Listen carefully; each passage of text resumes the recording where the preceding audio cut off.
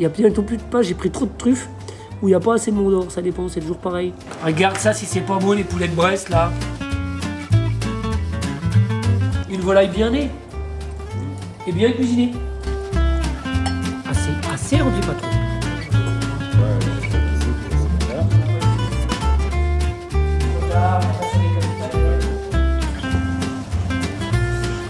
Ça va Flo? Salut Armand. On est dans le Jura ici, on est sur quelle commune? On est sur Blétran. Sur Blétran et on est au bistrot de la gare. Le bistrot de la gare. Et il y a un train qui passe ou pas? Bon, les trains ne passent plus depuis longtemps, mais c'est le quartier de toute mon enfance. Flo, et ben, il est venu manger à la maison il y a 2 ans, ou quelque chose comme ça, et je lui ai dit, bah écoute, quand je viens dans le Jura, je viens te voir à ton resto. Et pour une fois que je tiens mes promesses, et ben voilà, je suis venu. Donc, je sais pas ce qu'on va faire, mais je crois qu'on fait un peu à manger ce soir, parce que moi j'ai faim, vous savez, j'ai tout le temps faim, donc on va faire à manger, puis après on va rester manger. Puis moi c'est toujours pareil, j'ai souvent faim. Et là je m'apprêtais justement à travailler une superbe volaille de chez Rachel, un poulet de Bresse. Un petit poulet de Bresse. Alors donc là, il est filé, Donc là il est filé, ouais. et Rachel, elle est dans le coin, mais elle n'ose pas rentrer dans la cuisine en fait. Allez, viens nous voir. Bonjour les chouchous. Ça va ma belle, t'es en forme? Ouais, très bien. Il paraît que t'es très très timide et que t'oses pas dire qu'en fait, mais tu livres tous les gros restos du secteur. A priori, t'es là-haut quoi sur les élevages de Brest. Non, moi je livre juste les amoureux de la volaille de Brest, c'est tout. Mais donc la petite auberge, peu importe, l'étoilé, le meilleur ouvrier de France, je m'en moque pourvu que t'aies de l'amour à travailler ma belle volaille. Parce qu'en fait, bon, la volaille de Brest, c'est la seule à hausser volaille en France, si j'ai pas de mémoire. Ouais. Mais surtout, ce qui est important pour la volaille de Brest, c'est ce qu'on leur fait la bouffer. Ouais, et puis la race, un peu la race, la Et la gauloise race. blanche. Et il y a quand même quelque chose d'essentiel, c'est que c'est fini, même nourri presque tout le temps aux produits laitiers. Ouais. Et c'est ça qui donne la tendreté de la chair. Parce que j'ai toujours connu ça, moi, chez mes grands-parents aussi, quand on avait les vaches, on nourrissait les volailles avec les restes de beurre, tu vois, enfin, ce qui reste après les bas beurres, le colostrum. Le colostrum, c'est le premier lait de la vache. Voilà, c'est les 7 premiers jours, tu sais. Celui qui est pas fromageable. Voilà, c'est ça. C'est super bon pour le veau, mais c'est un petit peu trop riche pour faire du fromage. Et nous, on va le donner au poulet. Et Ils s'en mettent plein le bec. Voilà. Et ça leur fait plaisir. Et du coup, ça leur donne des poulets de super qualité. Ça donne une chair qui est très tendre. Ouais, exactement. En plus de gambader dans les prés pour trouver de l'herbe, du ver de terre, des petits limaçons, tout ce qu'ils peuvent, quoi. Voilà. En fait, le poulet, si tu lui donnes le choix, il veut manger un maximum de choses. Tu vois, des choses très très variées. Bah, un peu comme c'est nous. omnivore un poulet, hein. Omnivore, complètement. Si un jour tu as un cadavre à faire passer, plutôt que de le jeter au cochon, tu le poses au poulet. Ça marche aussi. On va attaquer le poulet, hein. Ça, c'est. Je t'ai pris une poulette. Tu vois l'idée de la poularde, le chapon, c'est une volaille de luxe et tout ça. Non, moi, je te propose un poulet tout simple. Attention, mais fais gaffe. Regarde, alors, il a des plumes blanches, les pattes bleu acier, toujours. Là, c'est ma signature. Je mets ma petite bague avec le nom de l'éleveur. Et puis la peau très fine. Et là, on est sur une bête de. Ça fait 1,8 kg, 2 kg. Je t'ai pris une femelle et elle a déjà 4 mois. Toi, t'as amené de la poularde ou un poulet. Moi, j'ai amené des petits cailloux noirs. Parce que je me suis dit que, bon, quitte à être dans une région où on allait faire du Mont d'Or, moi j'adore le Mont d'Or avec des truffes, n'est-ce pas? Donc je t'ai amené 2-3 truffes là pour préparer avec le reste. Elles sont belles les truffes, t'as vu? C'est des truffes du Ventoux, hein. Le secret du Mont d'Or ou du foie gras aux truffes. Comme disait, je sais plus si c'est pas dans les Tontons Flingueurs que j'ai vu ça, mais c'est dans un film, je me souviens de Bernard Blier qui fait ça comme ça, et qui dit, le secret du foie gras aux truffes, c'est 50-50. 50% de foie gras, 50% de truffes. Donc là, on a un beau Mont d'Or. Alors, on n'a pas parlé de la préparation du poulet, parce que là, on s'est emballé sur le truffe et le Mont d'Or, mais on ne s'est pas parlé de la poule. Ah bah, le poulet, on va le préparer, on va le vider, on va le brider, on va l'assaisonner. Et pour moi, un poulet de Bresse, sa quintessence, chez nous, on a l'habitude de le faire avec du vin jaune, avec des morilles, avec de la crème de Bresse. Mais pour moi, comme je le préfère, c'est rôti. On est dimanche, ça tombe bien. Le poulet rôti du dimanche, c'est ce qu'on va manger.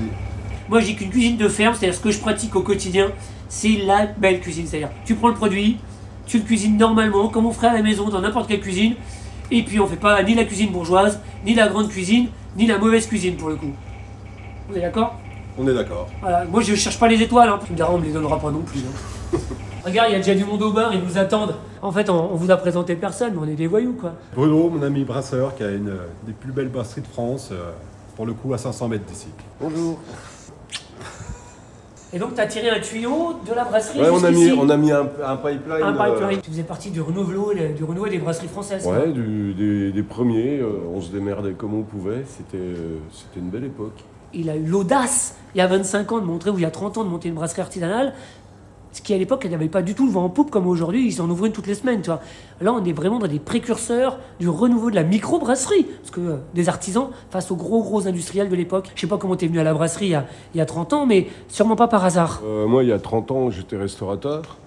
Et j'avais monté un restaurant avec mes 2 passions, donc la cuisine et la bière. Donc, un matin, je me suis levé et j'ai dit à ma femme, j'en ai ras le cul de boire de la bière des industriels. En France, il n'y a rien. On va faire de la bière, on va faire notre bière. Elle m'a regardé, elle m'a dit, t'es taré.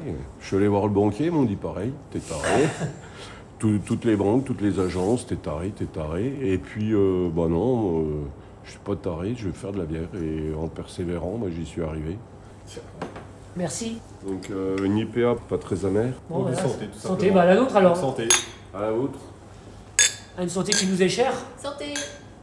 Santé, Juan. À la vôtre, les Allez. amis. Il est beau ce mondor, non? Magnifique. Tu vois, tu reconnais ta volaille là, la volaille de Bresse, parce que la gauloise, elle a une peau très fine. Et après, quand on la fait dorer, c'est vrai qu'elle est particulièrement croustillante. Ce que j'aime dans la truffe, c'est qu'il y a un peu de manche. Ah, t'as raison, parce que ça, c'est bon.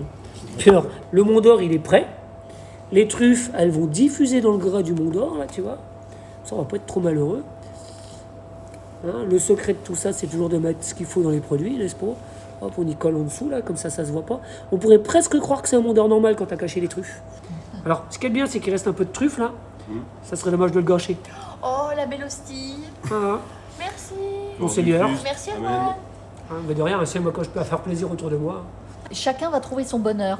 Le bon, pilon, le haut de cuisse, le blanc, tout ça, ça a des saveurs différentes. La carcasse. Et la carcasse, l'aile avec un petit morceau de blanc, tout ça, mais c'est tellement bon et ça fait vraiment partie de la gastronomie française. Et c'est pas si compliqué que ça. Et normalement, celui qui découpe le poulet, eh ben, il mange ce qu'on appelle les solilets, c'est-à-dire les filets du poulet qui sont là, tu vois, regarde. Mais il n'y en a plus parce qu'évidemment, le saule il n'y a pas laissé.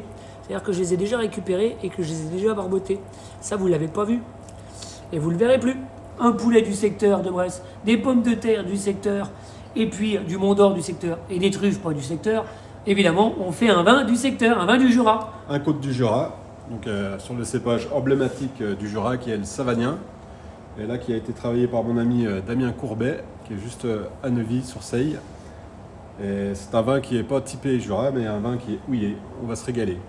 Vin houillé, ça veut dire que on a rajouté du vin dans la barrique quand ça s'est évaporé.